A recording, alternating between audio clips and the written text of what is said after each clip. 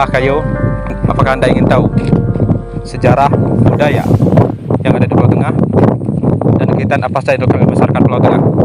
Mari sama-sama kita saksikan video dokumenter berikut yang bernarasumber dengan seorang maestro Pulau Tengah, yaitu Pak Harun Pasir, seorang budayawan, dan juga oleh Pak Sumarlin selaku penulis sejarah. Mari kita simak video berikut.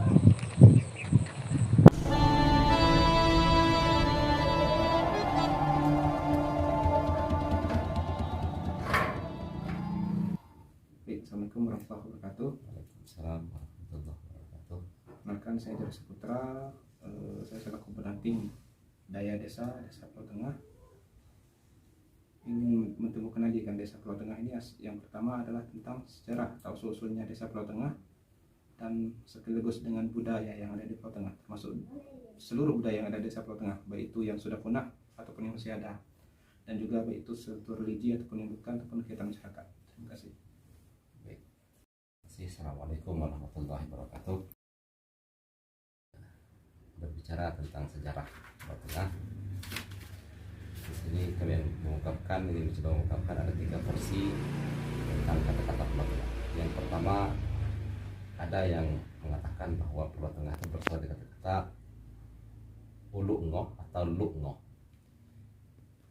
Sebagai dasar bahwa di Pulau Tengah ini ada memang lu kan berasal dari kata-kata kelok atau kelok tengah yang berada di sekitar Batu Laja. Itu yang pertama. Yang kedua, ada juga yang menyebutkan bahwa asal kata Pulau Tengah berasal dari kata-kata pondok tengah.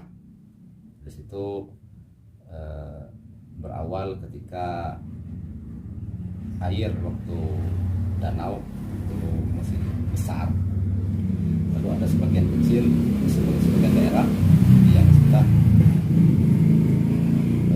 kering, kemudian tengahnya ada sejenis pulau, sekelilingnya dikelilingi oleh air-air lain. Maka disitu sudah dibuatkan pondok, maka dikenal dengan Pondok Tengah. Yang kedua. Kemudian yang ketiga, ada juga yang mengatakan bahwa asal usul kata Pulau Tengah berasal dari kata Pulau Tengah atau bahasa pulau apa artinya? Pulau, bahasa sejenis pohon pulau yang berada di tengah-tengah pemukiman masyarakat pada zaman itu. Jadi ada 3 versi. Yang pertama ada Lungoh atau Keluk Tengah, ada Pondok Tengah, ada Pulau Tengah. Ketiga-tiga kata tersebut dijadikan satu menjadi kata Pulau Tengah yang ada di sampai hari ini. Kemudian lokasi pertama pendirian pemukiman masyarakat ketika mereka turun dari renah atau dari bukit, lokasi pertama ada daerah Tanjung Beringin. Disitulah awal pertama air danau surut, hasil dari letusan Gunung Merapi dulu tuh di zaman purba. Ketika surut, mereka mulai membuat pemukiman. Disitulah mereka mendirikan sebuah pemukiman besar dan sebagainya. Maka lahirlah istilah kata-kata Pulau Tengah atau Pondok Tengah tadi. Seiring berjalannya waktu, desa Pulau Tengah ini tentunya memiliki adat dan kebudayaan yang berbeda-beda sesuai dengan perkembangan dan peradaban mereka. Di antaranya ada kebudayaan yang masih langgeng sampai hari ini, ada yang sudah punah, dan ada pula yang bersifatnya religi, keagamaan. Di antara yang masih langgeng bertahan sampai hari ini, yang pertama seperti budaya Kedolisko, yaitu pergantian Depati Ninoma atau anggota-anggota lainnya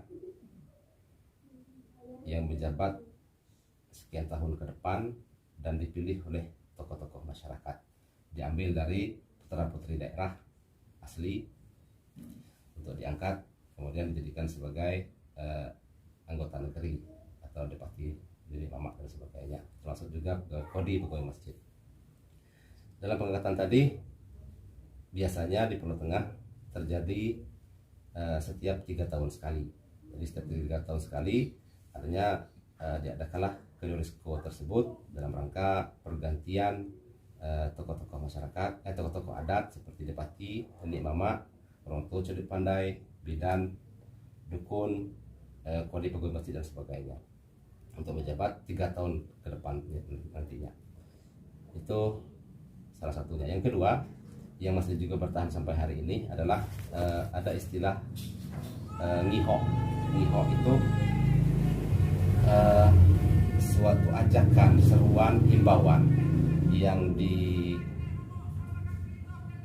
dibawakan atau yang disampaikan oleh Hulu Balang atas perintah dari Depati Nenek Mama. Semua itu dilakukan diawali dengan ngiho tadi di malam hari, kemudian besoknya barulah berduyun-duyun para masyarakat dan sebagainya untuk menuju ke tempat yang telah ditetapkan tadi. Itu ngiho. Kemudian yang ketiga, budaya lain yang masih bertahan juga sampai hari ini adalah Bapeno. Bapeno ini adalah suatu ungkapan penyampaian hajat atau maksud tujuan yang dilakukan oleh cerdik pandai atas keluarga yang sedang kenduri. Hajat tadi disampaikan kepada hadapan masyarakat atau hadapan para undangan melalui Nenek Mama dan Depati Jadi malamnya disampaikan, ketika acara sebelum dilaksanakan disampaikan hajat dan tujuan tadi, seperti malam ini orang rumah tersebut mengadakan suatu kenduri seperti ingin memberikan nama anaknya. Maka salah seorang dari cerdik pandai melakukan bapeno tadi untuk disampaikan ke hadapan para undangan melalui Depati Mama tadi. Kemudian ada juga budaya yang lain, yang keempat seperti berimua. Biasanya berimua ini sudah diislamisasikan dengan berawal dengan sholat hajat selama 3 malam berturut-turut, 2 malam di rumah di masjid, kemudian 1 malamnya di rumah Depati. Kemudian pada malam terakhirnya, pada malam ketiga, para bidan negeri atau bidoa kemudian bergabung dengan dukun-dukun negeri dan Depati Nenek Mama serta kodi pegawai masjid. Mereka mengadakan suatu setelah sembahyang hajat, mereka mengadakan suatu ritual khusus seperti membuatkan suatu ramuan-ramuan khusus yang besoknya akan dibawakan ke tepi sungai. Kemudian di situ diadakanlah suatu acara, yang pertama berlimau, yang kedua caliping, dan yang ketiga mandi perulai. Nah, ketiga-tiganya punya maksud dan tujuan. Yang pertama caliping itu tujuannya adalah untuk menjernihkan muka-muka para anak kecil dan sebagainya, atau yang terlibat dalam mandi berlimau tadi. Kemudian ada juga mandi perulai. Mandi perulai tadi adalah tujuannya adalah untuk memudahkan bagi para wanita yang hamil muda atau sedang hamil ketika melahirkan atau bersalin, kiranya mudah untuk bersalin dan dijauhkan dari segala mara bahaya dan sebagainya. Itulah kira-kira sebagai bentuk tujuan atau maksud diadakan hal demikian. Ada juga yang seperti tari ngagah harimau, itu juga masih ada sampai sekarang. Tari ngagah harimau itu dimana ketika ada harimau yang meninggal dunia atau yang mati di suatu hutan atau di ladang dan sebagainya, ditemukan oleh sekelompok masyarakat atau seorang masyarakat, maka langkah selanjutnya adalah masyarakat tersebut harus membawanya pulang ke dusun. Kemudian diadakan suatu ritual khusus yang kemudian dihidupkan, bukan dihidupkan, diagahkan, dibuat seolah-olah hidup. Nah, jadi tradisi Pulau Tengah disebut dengan mengagah harimau namanya. Tuh. Kemudian ada budaya yang bersifat agamis atau keagamaan yang ada di Pulau Tengah. Salah satu diantaranya seperti Ratib Gua atau Ratib Saman. Ratib Saman ini adalah sebuah zikir-zikir khusus yang diciptakan oleh pengembangnya, yaitu dikembangkan oleh Syekh Muhammad Saman Al-Madani, yang dikembangkan oleh murid-muridnya. Kemudian murid-murid tadi juga dikembangkan sampai ke muridnya dan seterusnya, dan sampai dari Pulau Tengah yang dibawakan oleh seorang yang bernama Syekh. Syekh ini ada yang mengatakan bernama Syekh Kuat, ada juga yang mengatakan Syekh Kuluhui. Dari beliaulah tarekat Samaniyah atau Ratib Saman tadi atau Ratib Gua tadi dikembangkan oleh beliau ketika beliau menuntut ilmu di Aceh dan sebagainya. Kemudian anak-anak beliau juga Haji Raha, Haji Rateh, dan Haji Tengku Beruki dan sebagainya juga mengembangkan zikir yang sama, cuma sedikit perbedaan. Kalau di zaman ayahnya Syekh tadi itu hanya sebuah kalimat saja, yaitu kalimat la ilaha illallah, sementara ketika Haji Raha, Haji Rateh dan sebagainya itu sudah banyak tambahan-tambahan kalimat-kalimat atau zikir-zikir lain seperti Allahu, hu Allah, Allah, Allah, hu, dan dan sebagainya. Nah, jadi ratib ini biasanya digunakan dalam dua hal. Yang pertama ada untuk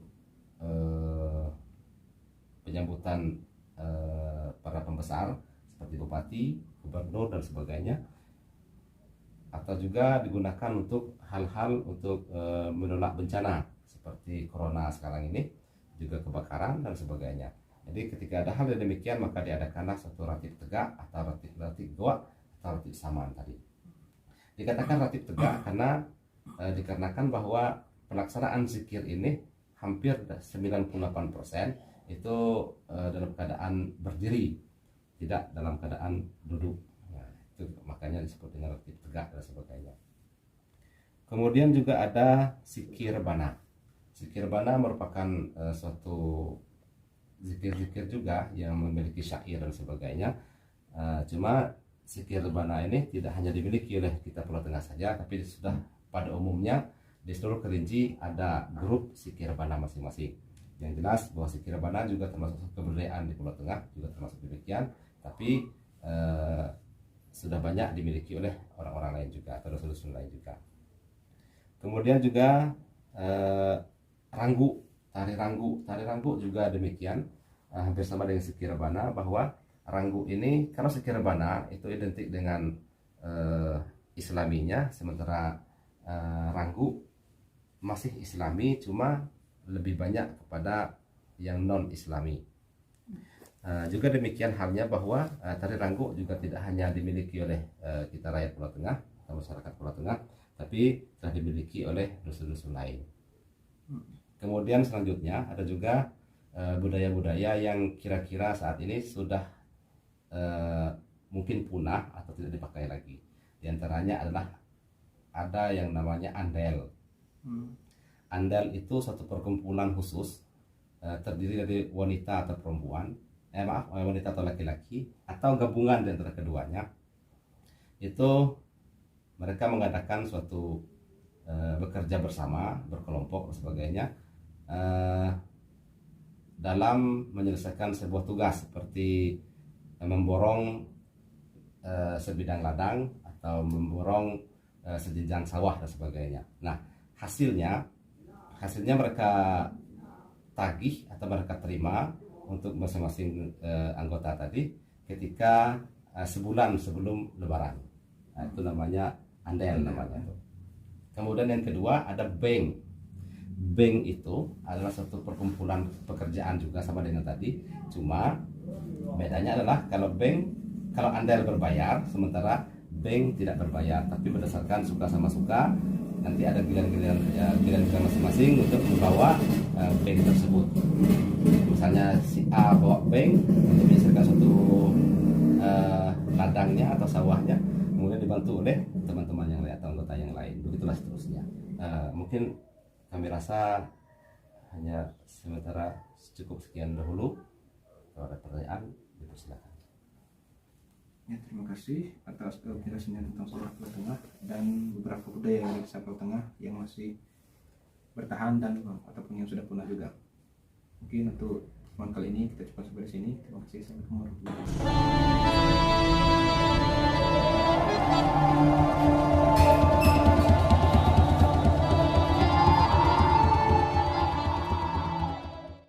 Baik, Assalamualaikum warahmatullahi wabarakatuh. Perkenalkan, saya Dari Saputra, pendamping Daya Desa Budaya, program Kementerian Kebudayaan. Ingin mengetahui bagaimana asal-usul sejarahnya desa Pulau Tengah itu sendiri. Desa ke desa lainnya lain, perilaku budayanya kan lain. Nah, contoh menganggah harimau. Kalau senang, Ya. ini tidak ada harimau. Hanya di Pulau Tengah. Membayar bangun harimau yang mati di Pulau Tengah, orang Pulau Tengah. Mana itu? Ya. Nah, tidak ada. Kemudian mandi berlimau, dua macam. Satu berlimau di Rabu Sapar. Tiap bulan Sapar, Rabu di akhir Sapar, dan ada berlimau. Dan antara berlimau lain, berlimau parulai, masuk ke Tengah. Ya, barulah. Nah, ini maksudnya ini ada anak buah anak kemenakan masyarakat yang waktu bersalin meninggal itu melapor pada orang adat, maka orang oleh pemerintah adat orang yang bunting di dusun ini dari bunting sari sampai bunting penuh turun mandi ke sungai, mandi susah. Mandi sungsang dan mandi pakai balimau tadi. Ini mana? Ini yang bernama berlimau parulai. Balimau barulah. Nah, kalau memang di berlimau Sapar itu tahun sekali. Yang akhir bulan Sapar berlimau. Nah, ini beda dua. Kemudian ada lagi, lagi. Kata orang banyak sekarang, Naja Umar. Itu apa Naja Umar itu? Kalau dulu bukan Naja Umar, nama menceraikan orang terbakar. Mencerai. Mencerai, Ya, melerai, mencerai. menerai. Jadi menerai atau mencerai itu bahasa lama ya. Itu orang yang panas tuh. Mengambil panas sedikit orang. Dalam ini mentera terakhir seorang pemangku ada mengisapkan rokok, sebatang rokok daun enam, nanti bakal sebanyak anak buah saya, laki-laki dan wanita, kemudian di dusun ini sedikit seorang ambil panas dalam badan anak ini, sedikit seorang. Kalau panasan itu 100, sekarang nanti rumah saja, bilang nanti rumah. Nah, ini mencerai itu, mencerai panas itu ini.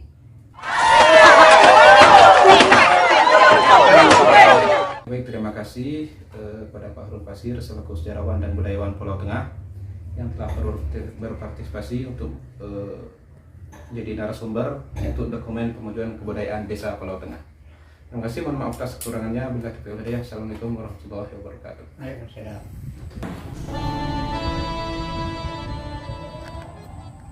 Ya, itulah sedikit video sejarah, budaya, dan kegiatan masyarakat yang ada di Pulau Tengah. Semoga video ini bisa bermanfaat bagi kita semuanya, terutama bagi Indonesia. Salam budaya, saya Jores Saputra, Daya Desa Pulau Tengah, Indonesia Jaya.